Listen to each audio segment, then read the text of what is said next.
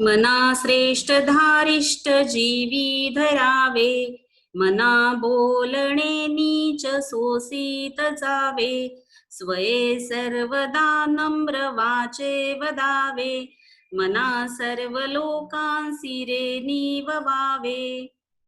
नमस्ते मुलांनो, आज आपण औक्षण ही जी कविता शिकलो होतो इंदिरा संत यांची, त्यांचं मी म्हटलं होतं तुम्हाला की भावार्थ मी पुढच्या व्हिडिओमध्ये देते. तर औक्षण कवितेचा हा भावार्थ मी आता तुम्हाला इथे देत आहे.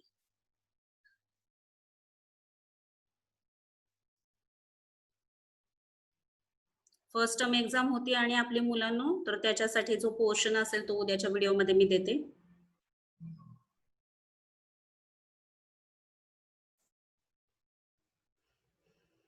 हा पुढचा आहे भावार्थ.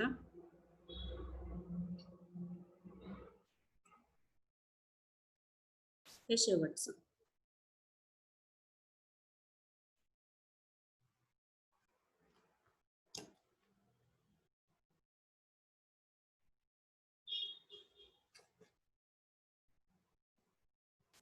आता यानंतर आपण मुलांनो जंगल डायरी हा पाठ शिकणार आहोत. त्याच्या आधीचा जो आहे रंग साहित्याचे, तर तो या वर्षासाठी ओमिटेड आहे, म्हणजे वगळण्यात आलेला आहे.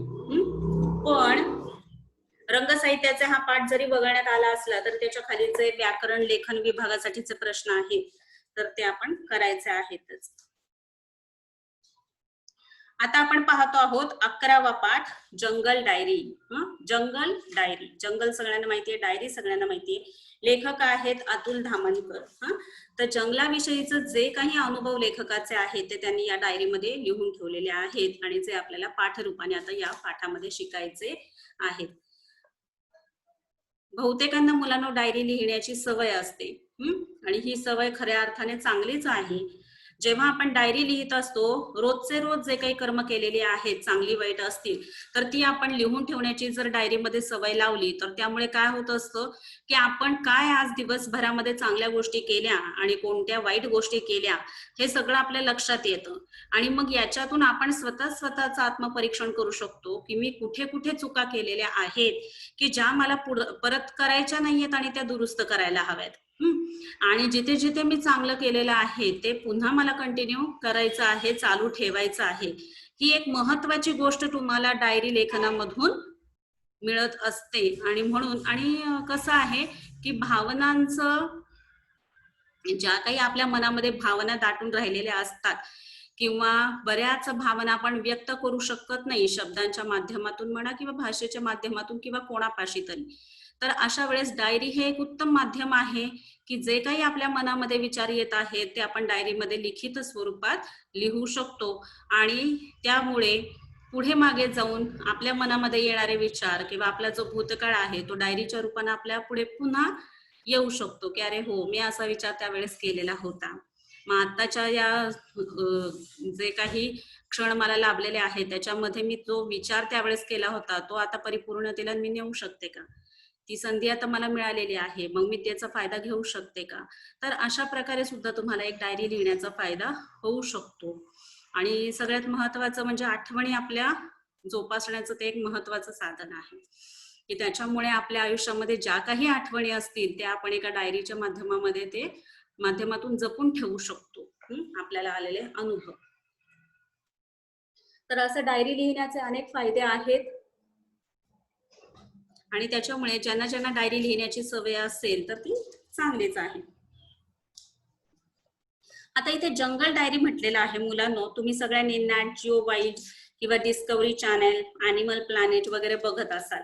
ज्या ज्या मुलांना प्राण्यांविषयी औत्सुक्य आहे म्हणजे कुतूहल आहे म्हणजे जिज्ञासा आहे, जिज्ञासा आहे म्हणजे जाणून घेण्याची इच्छा आहे, क्युरिओसिटी आहे, तर अशी मुलं अनेकदा किंवा अशा व्यक्ती अनेकदा अशा प्रकारचे चॅनल्स पाहताना तुम्हाला दिसतील की ज्याच्यातून अनेक प्रकारे आपल्याला अनेक प्रकारच्या प्राण्यांविषयी, पशुपक्ष्यांविषयी, वृक्षांविषयी, जंगलांविषयी, नदी नाल्यांविषयी अनेक प्रकारची माहिती मिळत असते. त्यांचं एकंदरीत जीवन पद्धती कशी असते, नंतर रोजचे नित्य नियम त्यांचे कसे असतात, त्याच्यानंतर त्यांचं जीवन कसं असतं, त्यांचं शिकार करणं कसं असतं, त्यांना त्यांची जी पिल्लं असतील त्यांची सुरक्षितता किती महत्वाची असते आणि ती कशा प्रकारे ते करतात. अशा अनेक प्रश्नांची उत्तरं मिळवण्यासाठी किंवा अशा अनेक प्रकारचं कुतूहल जाणून घेण्याची इच्छा जर तुमच्या मनामध्ये असेल तर त्याच्यासाठी हे चॅनल्स खरंच उपयोगी पडणारे आहेत. तुम्हाला त्यातून प्रत्यक्ष दिसू शकतं समोर की अरे यांचं असं असं पद्धतीने जीवन जात असतं म्हणून. आणि एक त्यांच्याविषयीचं जे मनामध्ये भीती भय असतं ते कुठेतरी कमी होण्यासाठी सुद्धा या चॅनलचा उपयोग होत असतो. त्याच्यामुळे मला वाटतं की जंगल डायरी हा जो पाठ आहे तो नक्कीच तुमच्या ह्या कुतूहल किंवा जिज्ञासा जी तुमच्या मनामध्ये आहे ती पूर्ण करण्यासाठी किंवा ती जी जिज्ञासा आहे ती भरून काढण्यासाठी हा पाठ उपयोगी पडेल. तर आपण आधी लेखकाविषयी जाणून घेऊ. हा जो फोटो मुलांना तुम्हाला समोर दिसतो आहे तो आहे लेखक अतुल धामणकर यांचा. 1972 प्रसिद्ध वन्यजीव संशोधक, लेखक आणि छायाचित्रकार. त्यांनी गेल्या 25 वर्षांपासून ताडोबा अंधारी व्याघ्र प्रकल्प TATR मध्ये वाघांचा अभ्यास केलेला आहे. इथे पहा मुलांनो, व्याघ्र हा जो शब्द आहे तो संस्कृत आहे, मराठी शब्द आहे वाघ.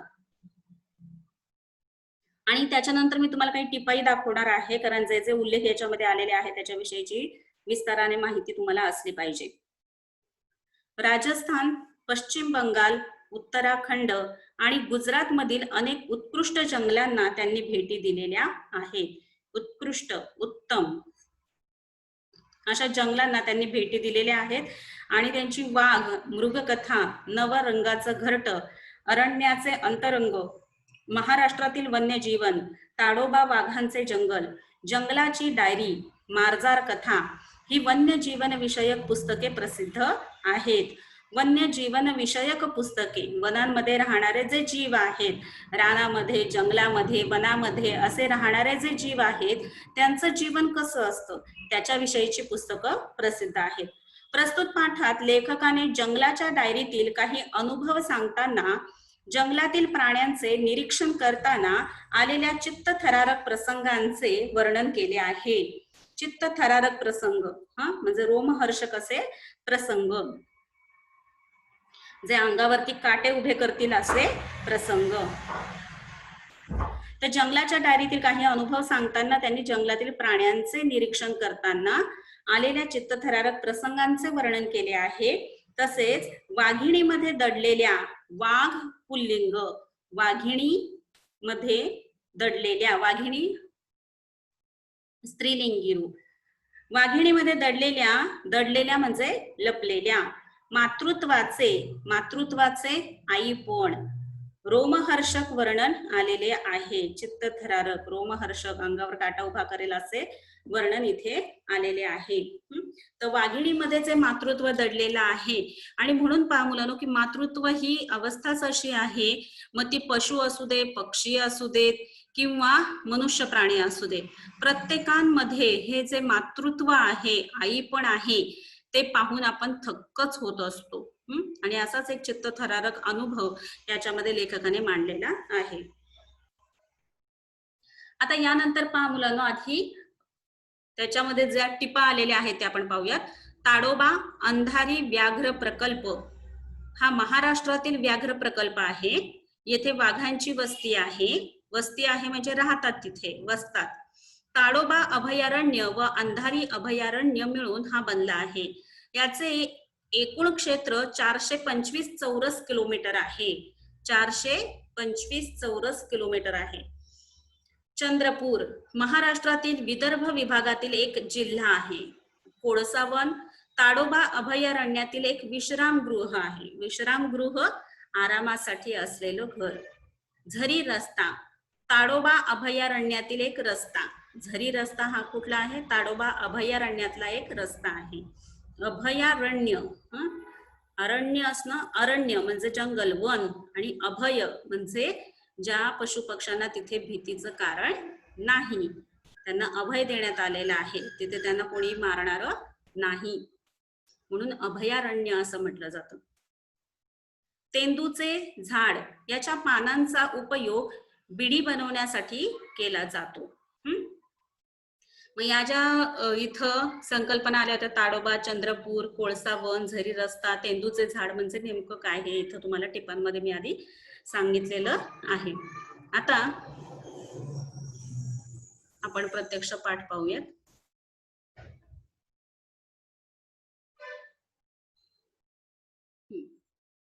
पहा मुलांनो, तारीख 27 मे 1997, वेळ सकाळी 6 ते 9:30, कोळसा परिक्षेत्र, ताडोबा, अंधारी व्याघ्र प्रकल्प. प्रकल्प म्हणजे प्रोजेक्ट, व्याघ्र म्हणजे वाघ, संस्कृत शब्द आहे व्याघ्र. चंद्रपूर, आज पहाटेच कोळसा वन विश्रामगृहातून बाहेर पडलो. पहाटे, अर्ली मॉर्निंग, अगदी सूर्य उगवताच पहाटे पहाटेच कोळसा वन या विश्रामगृहातून बाहेर पडलो. गावातून टोंगे वनरक्षक आणि वनरक्षक, वनाचे रक्षक, राखण करणारे, सुरक्षितता त्याची पाहणारे आणि त्यांचा सहकारी वनमजूर येताना दिसले. सहकारी त्यांच्याबरोबर काम करणारे जे वनमजूर आहेत ते येताना दिसले. वनरक्षक येताच आम्ही डावीकडे जाणारा झरी रस्ता धरला.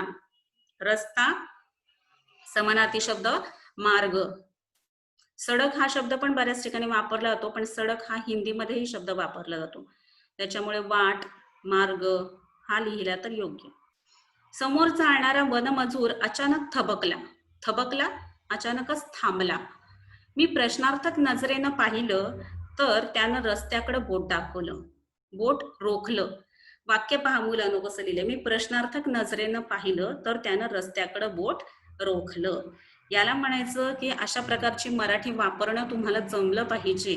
आता जेव्हा तुम्ही 9वी 10वीची मुलं आहात तेव्हा मी जे तुम्हाला म्हणत असते प्रत्येक वेळेस की तुमचं जसं वय वाढतं आहे, इयत्ता वाढतं आहे, तसंच तुमचा भाषिक विकास सुद्धा मला दिसला पाहिजे. तो अशा प्रकारे पहा.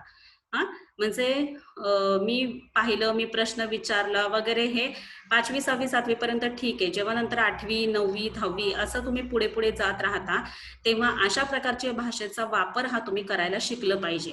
पहा किती सुरेख वापरलेला आहे. मी प्रश्नार्थक नजरेनं पाहिलं. म्हणजे काही कळालं नाही आपल्याला तर आपण जसं प्रश्नचिन्ह चेहऱ्यावरती घेऊन पाहतो, नजरेनं म्हणजे दृष्टीनं पाहिलं. आपल्यापैकी काही मुलं पण असे असतात की नाही, शून्य भाव चेहऱ्यावरती, म्हणजे शिक्षकांनी कितीही शिकवलं, काहीही विचारलं तरी चेहऱ्यावरचा प्रश्नचिन्हाचा जो भाव असतो तो काही बदलतच नाही. अरे मग आपल्याला वाटतं ह्याला कळालंय की न कळालेलं आहे.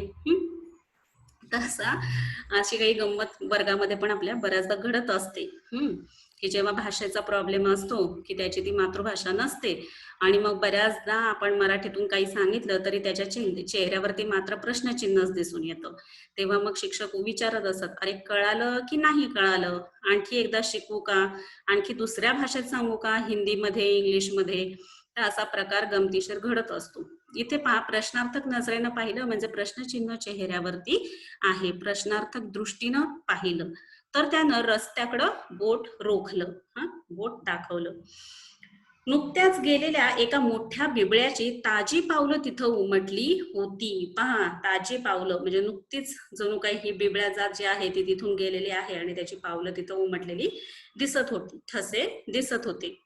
हा एक नर असून आम्ही पोहोचण्याच्या तासाभरा आधीच इथून गेला असावा. मी चौफेर पाहिलं पण मला तरी काही दिसलं नाही. नर आणि मादी हे पशुपक्ष्यांच्या बाबतीत वापरलं जातं. जसं आपण मनुष्य जातीमध्ये स्त्री आणि पुरुष हा शब्द वापरतो, तसं पुरुष म्हणायचं असेल तर त्याला आपण नर म्हणतो पशुपक्ष्यांच्या बाबतीत, आणि स्त्री म्हणायचं असेल तर पशुपक्ष्यांच्या बाबतीत आपण त्यांना म्हणतो मादी. नर मादी, मेल फिमेल असा तो शब्द आहे, नर आणि मादी. हा एक नर असून आम्ही पोहोचण्याच्या तासाभरा आधीच, 1 तास अगोदरच इथून गेला असावा. मी चौफेर पाहिलं, चौफेर चारही बाजूंनी पाहिलं पण मला तरी काही दिसलं नाही. आणि मुलांनो, जेव्हा अशा ठिकाणी तुम्ही जात असता तेव्हा तुमचं चौफेर नजर असणं, चौकस बुद्धी असणं हे फार गरजेचं असतं. अचानक मला जंगलाच्या कोपऱ्यावर थोडीशी हालचाल जाणवली. मी सगळ्यांना हातानच थांबायची खूण केली. खूण करणं पण जमलं पाहिजे आणि ज्याला खूण करतोय त्याला ते कळलं पण पाहिजे, कारण अशा ठिकाणी जर तुम्ही अचानक बोलायलाच लागलं तर सगळे सावध होतील आणि जे पाहण्यासाठी तुम्ही आलेला आहात ते तर मिळणारच नाही, आणखी वेगळेच काही भीतीदायक प्रकार घडण्याची शक्यता असते. त्याच्यामुळे शक्यतो न बोलता शांतपणे एकमेकांना खाणाखुणा करून त्या खुणांचे अर्थ लक्षात घेऊनच वागणं सोयीस्कर असतं. आता इथे सगळ्यांना हातानच थांबायची त्यांनी खूण केली. खूण न बाणाचा लिहिला तर त्याचा अर्थ होतो चिन्ह, इशारा. खूण करणे, इशारा करणे. आणि जर न नळाचा तुम्ही लिहिला तर त्या खून याचा अर्थ होतो मर्डर. त्याच्यामुळे न बाणाचा वापरला तर अर्थ किती वेगळा आहे आणि न नळाचा वापरला तर किती अर्थ वेगळा आहे. खूण न बाणाचा वापरला तर त्या खूणचा अर्थ आहे खूण केला, सॉरी खूण केली, इशारा केला. आणि खून केला न नळाचा वापर तर मर्डर केला असा त्याचा अर्थ होतो. त्याच्यामुळे न आणि न हा कुठे वापरायचा तो जपून वापरला पाहिजे. दुर्बीण डोळ्यांना लावल्यावर ती हालचाल स्पष्ट झाली. दुर्बीण लावल्यावरती मग स्पष्टपणे जाणवलं, कळलं.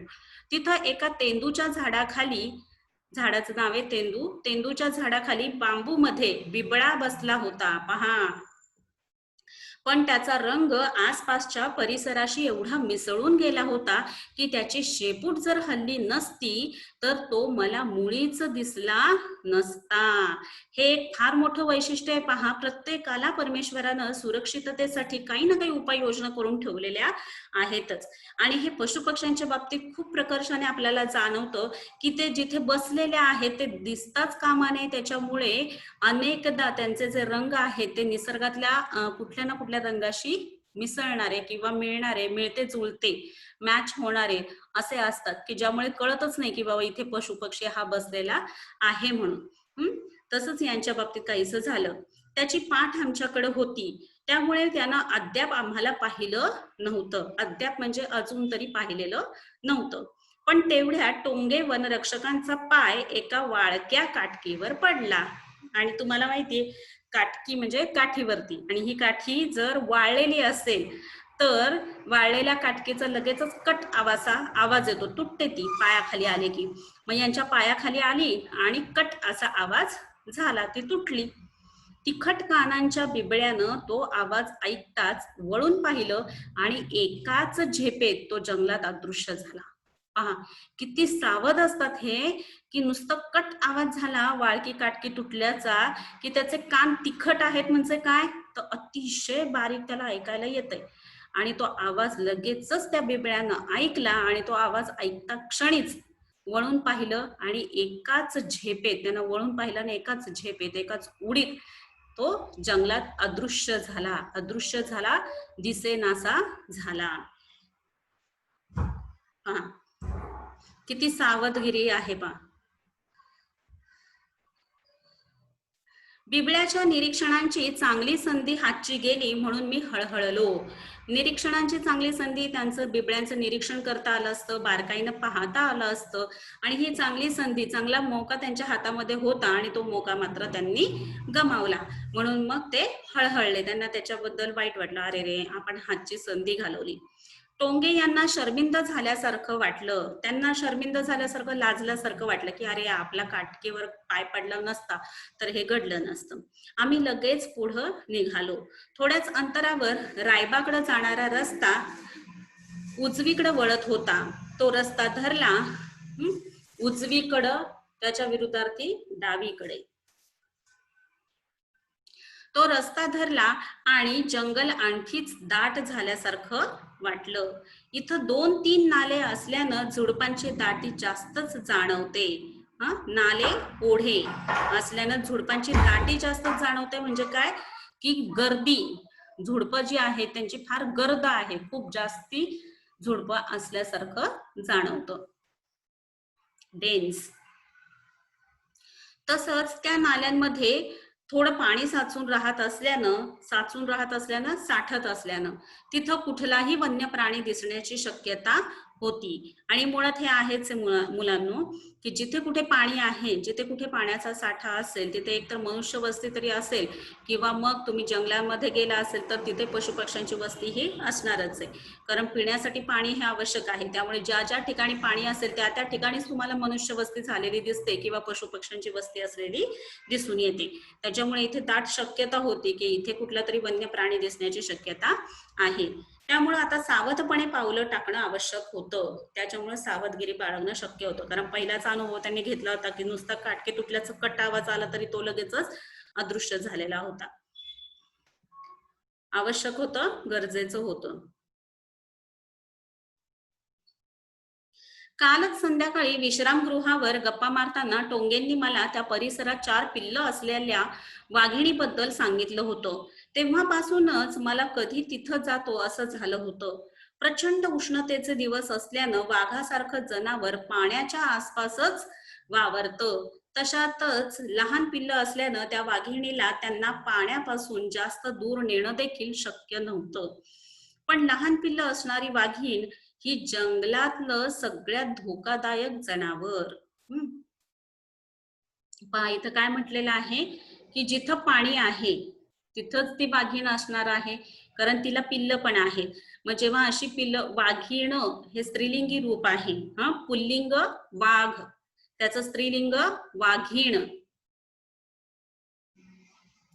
आणि पहा आता हे प्रचंड उष्णतेचे दिवस आहेत, गरमीचे दिवस आहेत, तेव्हा वाघासारखं जे जनावर आहे ते पाण्याच्या आसपासच आजूबाजूलाच कुठेतरी वावरतं, म्हणजे फिरत राहतात. तशातच त्याला लहान पिल्लं आहेत असं असल्या कारणानं ती त्या पाण्यापाशीच असेल याची दाट शक्यता होती.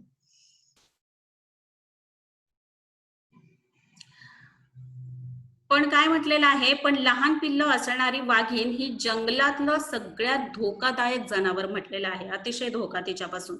पिल्लांच्या संरक्षणासाठी ही सजग आई कुणाचा जीव देखील घ्यायला मागं पुढं बघत नाही. पहा सजग आहे, ती सजग आहे म्हणजे सावधान आहे, आणि पिल्लांच्या सुरक्षिततेसाठी ती अतिशय सावध आहे, सजग आहे. अशा वेळेस जर कोणी तिला दिसलं तर त्याचा जीव घेण्यासाठी सुद्धा ती मागे पुढे पाहत नाही. हा अनुभव मुलांना तुम्ही अगदी जंगलात जाऊन वाघिणीच्या बाबतीत वगैरे जरी घेतलेला नसेल तरी आजूबाजूला जेव्हा तुमच्या एखादी कुत्री असेल, एखादी मांजर वगैरे असेल तर तिला झालेली जी पिल्लं आहेत त्याच्यावरून तुम्हाला हा अनुभव असेल, किंवा कुठल्या पक्ष्यानं वगैरे जरी पक्षिणीने वगैरे पिल्लं घातलेली असतील, सॉरी अंडी दिली असतील आणि मग त्यातून जर पिल्लं निघालेली असतील तर तेव्हा सुद्धा तुम्ही हा अनुभव घेतलेला असेल की जेव्हा पिल्लांपाशी कोणी जाऊ पाहतंय त्यावेळेस हे लगेच अंगावरती आपल्या झेप घेतात, धावतात.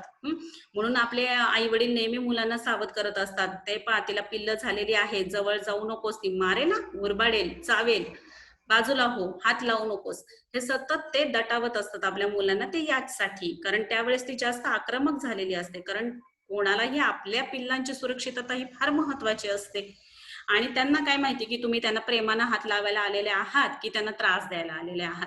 ते जे कोणी येईल त्यांच्या अंगावरती ते झेप घेत असतात. पण जे ओळखीचे आहेत, रोज येत आहेत, प्रेमानं वागतायत, मग हळूहळू त्या सहवासानं त्या मात्र तसं वागत नाही. आता पहा, त्यामुळं सुकलेल्या नाल्यात उतरताना माझ्या मनावर एक अनामिक दडपण आलं होतं. सुकलेल्या नाल्यात म्हणजे वाळून गेलेलं होतं, पाणी नव्हतं त्याच्यामध्ये. तर सुकलेल्या नाल्यात उतरताना माझ्या मनावर एक एक अनामिक दडपण आलं होतं. अनामिक, ज्याला नाव नाही असे ते अनामिक. आणि दडपण आलं होतं, भीती वाटत होती, ताण वाटत होता, टेन्शन आलेलं होतं. तर अनामिक दडपण आलं होतं म्हणजे मला सांगता येणार नाही, पण मला एक वेगळ्या प्रकारची भीती वाटत होती, ताण आलेला होता माझ्या मनावरती. 10-12 पावलं चाललो असू मला नाल्यातील ओलसर चिखलात मांजरापेक्षा मोठ्या, इथं चित्रात तुम्ही पाहत आहात, पहा मुलांना, ती वाघीण तिची 3 पिल्लं इथं दाखवलेली आहेत. कसं रुबाबात वाघीण जाताना दिसते, सावध दिसते, आणि त्याचबरोबर तिची पिल्लं पिल्लं ही पहा, जशी लहान मुलं असतात आपल्या घरामध्ये एका जागी अजिबात स्थिर राहत नाहीत.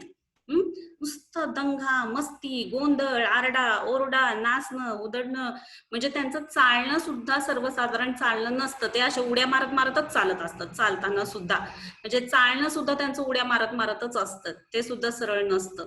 तर अशी लहान मुलं जी असतात ती अतिशय खेळकर असतात. तर अशीच खेळकर वृत्ती मस्तीखोरपणा हा त्या वाघिणीच्या पिल्लांमध्ये पण दिसतोय पहा. एक जण उड्या मारतय, एक जण इकडे धावतय, एक जण तिकडे बघतोय.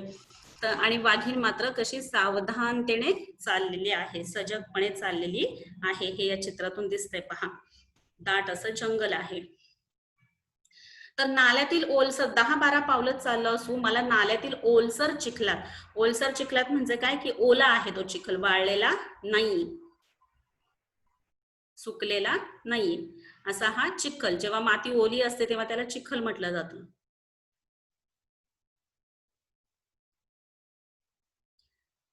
आकाराची अनेक पावलं उमटलेली दिसली. मी झटकन पुढे जाऊन वाकून बघितलं. या पिल्लांच्याच पाऊल खुणा होत्या म्हणजे पावलांचे ठसे दिसत होते. त्या पग मार्क्स कडं बघून लक्षात आलं की ते काल रात्रीचेच आहेत. रात्र रजनी समानार्थी शब्द आणि विरुद्धार्थी शब्द दिवस.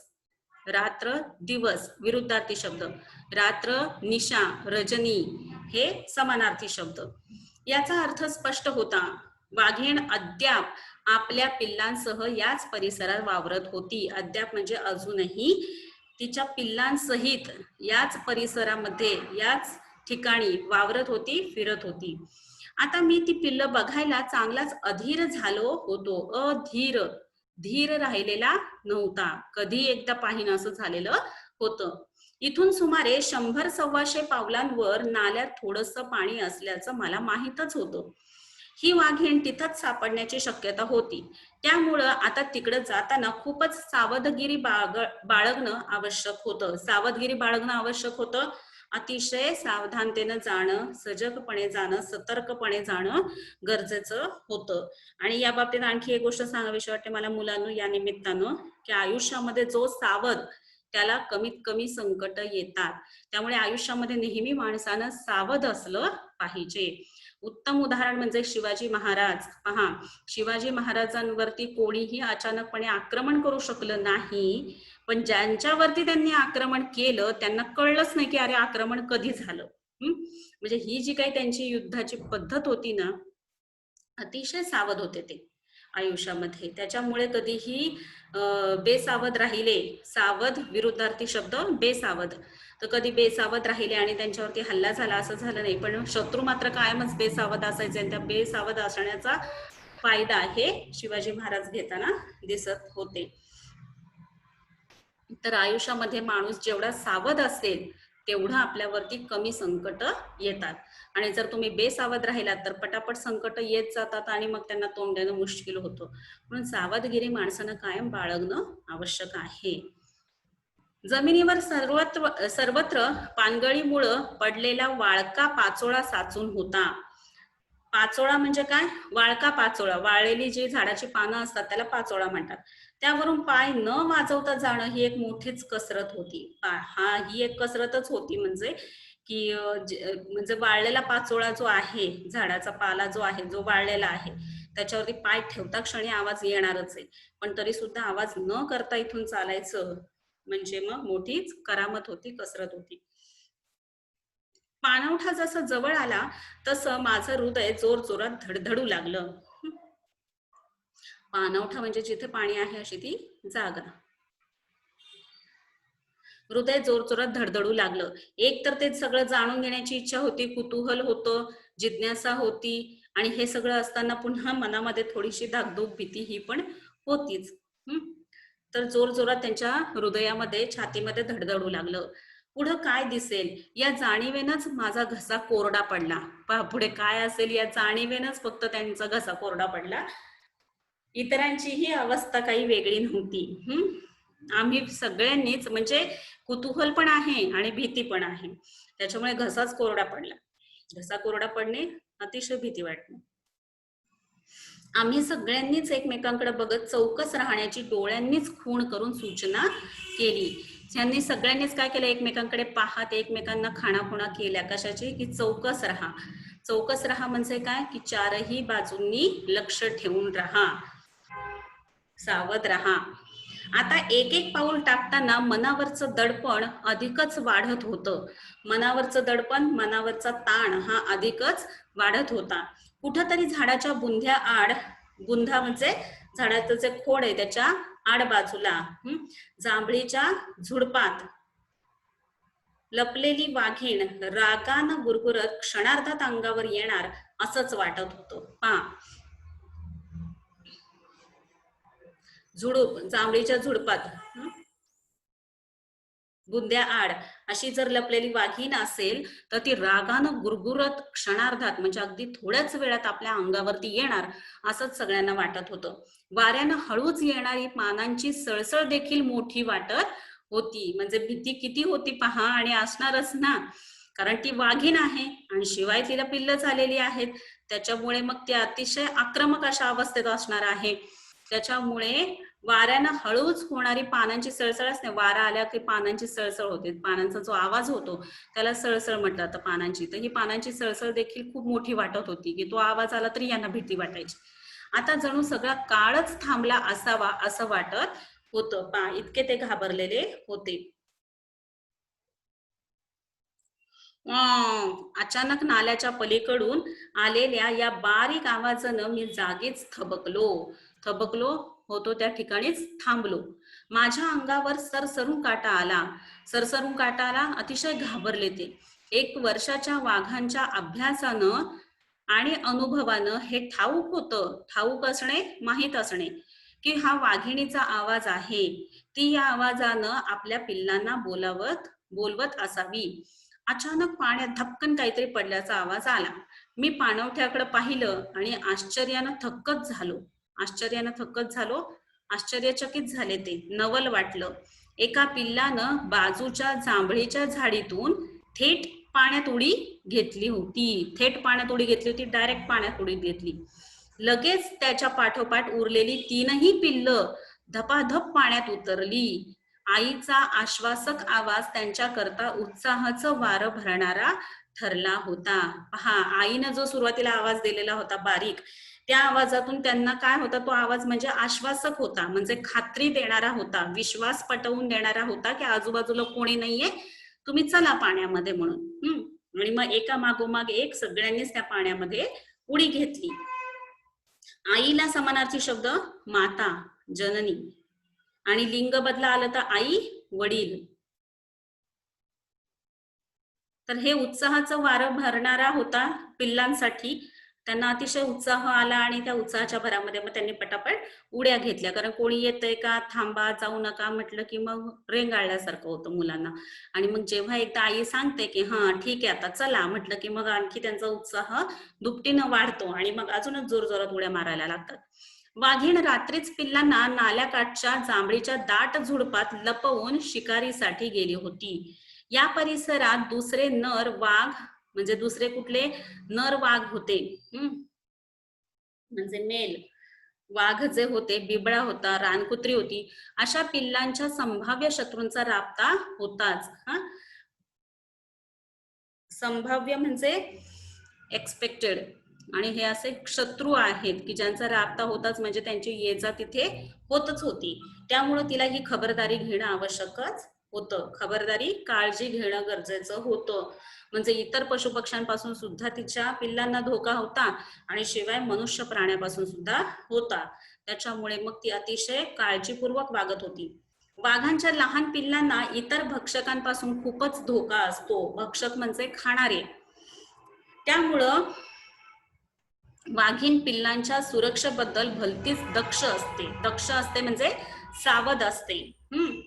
म्हणजे वाघिणीची जी पिल्लं आहेत ती सुद्धा कोणाचं तरी भक्ष्य होऊ शकतात, म्हणजे खाणं होऊ शकतात. आणि त्याच्यासाठी म्हणून मग हे जे नर वाघ असतील, बिबळे असतील, रानकुत्री असतील, यांच्यापासून नक्कीच धोका होता तिच्या पिल्लांसाठी. आता ती रात्रभर जंगलात फिरून पिल्लांजवळ परत आली होती. आईची हाक ऐकताच अजूनवर दडून बसलेली पिल्लं, म्हणजे आतापर्यंत दडून लपून बसलेली पिल्लं खेळकरपणे तिच्याकडे झेपावली होती. मुलं जरा धोका नाहीये म्हटलं किंवा आई जवळ आली म्हटल्यावरती लगेच खेळकरपणे ते तिच्याकडं उड्या मारत मारत येऊ लागले. आणि मुलांना हे कळत असतं, लहान जी मुलं असतात त्यांना हे कळत असतं, मग ती कोणाचे काय असे ना, एक सुरक्षिततेचा भाव, सुरक्षिततेचा हात, सुरक्षिततेचा आवाज हे ते ओळखत असतात. आणि मग अनोळखी आवाज असेल किंवा अनोळखी हात असेल किंवा जो स्पर्श कधी माहिती नाही असं स्पर्श झाला तर मग लगेचच ते घाबरून जातात. तेवढ्यात नाल्याच्या डावीकडच्या विरळ बांबूंमधून, विरळ म्हणजे रेअर, कमी असलेले बांबूंमधून मला वाघीण येताना दिसली. ती सरळ पाण्यात जवळ आली आणि वळून पाण्यात बसली. रात्रभरच्या वाटचालीनं थकून ती विश्रांती घेत होती. आता हे प्रत्यक्ष जर आपल्या समोर चित्रण दिसत असेल तर वावा. रात्रभरच्या, वावा म्हणजे दिसतंय म्हणून ते छान, की कुतूहल जिज्ञासा तुमची पूर्ण होतीये त्याच्यातून, त्यामुळे ती चांगलीच गोष्ट आहे. पण त्याचबरोबर भीती सुद्धा तितकीच वाटणार आहे म्हणा. रात्रभरच्या वाटचालीनं थकून ती विश्रांती घेत होती, पण पिल्लांच्या उत्साहाला आई बघताच उधाण आलं होतं. विश्रांती घेत होती, आराम करत होती, पण पिल्लांच्या उत्साहाला आई बघताच उधाण आलं होतं. म्हणजे आणखी दुपटीनं उत्साह त्यांचा वाढलेला होता. त्यातील एका पिल्लानं तर वाघिणीच्या पाठीवरच उडी घेतली, पण तिथून घसरल्यानं ते धपकन पाण्यात पडलं. पहा, आणि असं बऱ्याचदा होत असतं मुलांना, की आई बरंच काम करून थकलेली असते, पण मुलांना मात्र आई जवळ आले की आईपाशीच खेळायचं असतं. आता हे गेलं उडी मारायला तिचं पिल्लू, पण धपकन ते पाण्यातच पडलं. तोंडावर पाणी उडताच वाघिणीनं मंदपणे गुरगुरून नापसंती व्यक्त केली. तिने लगेचच गुरगुरून नापसंती व्यक्त केली, म्हणजे मला काही हे पसंत पडलेलं नाही, आवडलेलं नाही. पसंत आवडलेलं आहे, नापसंत आवडलेलं नाही. पसंती नापसंती विरुद्धार्थी शब्द. पण पिल्लांना त्याच्याशी काहीच देणं घेणं नव्हतं. त्यांचा आईच्या भोवती जबरदस्त दंगाधोपा सुरू झाला. लहान मुलं असतील तर त्यांना त्याच्याशी काही घेणं देणं नसतं, त्यांना कळतही नसतं ते म्हणा, की अरे आपली आई थकलीये, दमलीये, तर आपण तिच्या आसपास जाऊ नये, हे लहानपणी कळत नसतं मुलांना. आणि त्याच्यामुळे त्यांचा आईच्या भोवती जबरदस्त दंगाधोपा सुरू होता. म्हणजे काय, मस्ती, खोडकरपणा, हा सगळा खेळकरपणा, हे सगळं त्यांचं चालू होतं. साधारणतः कुत्र्यापेक्षा लहान आकाराची ही 5 महिन्यांची पिल्ल होती. किती महिन्यांची होती ती? 5च महिन्यांची होती, आणि कुत्र्यापेक्षा लहान आकाराची होती.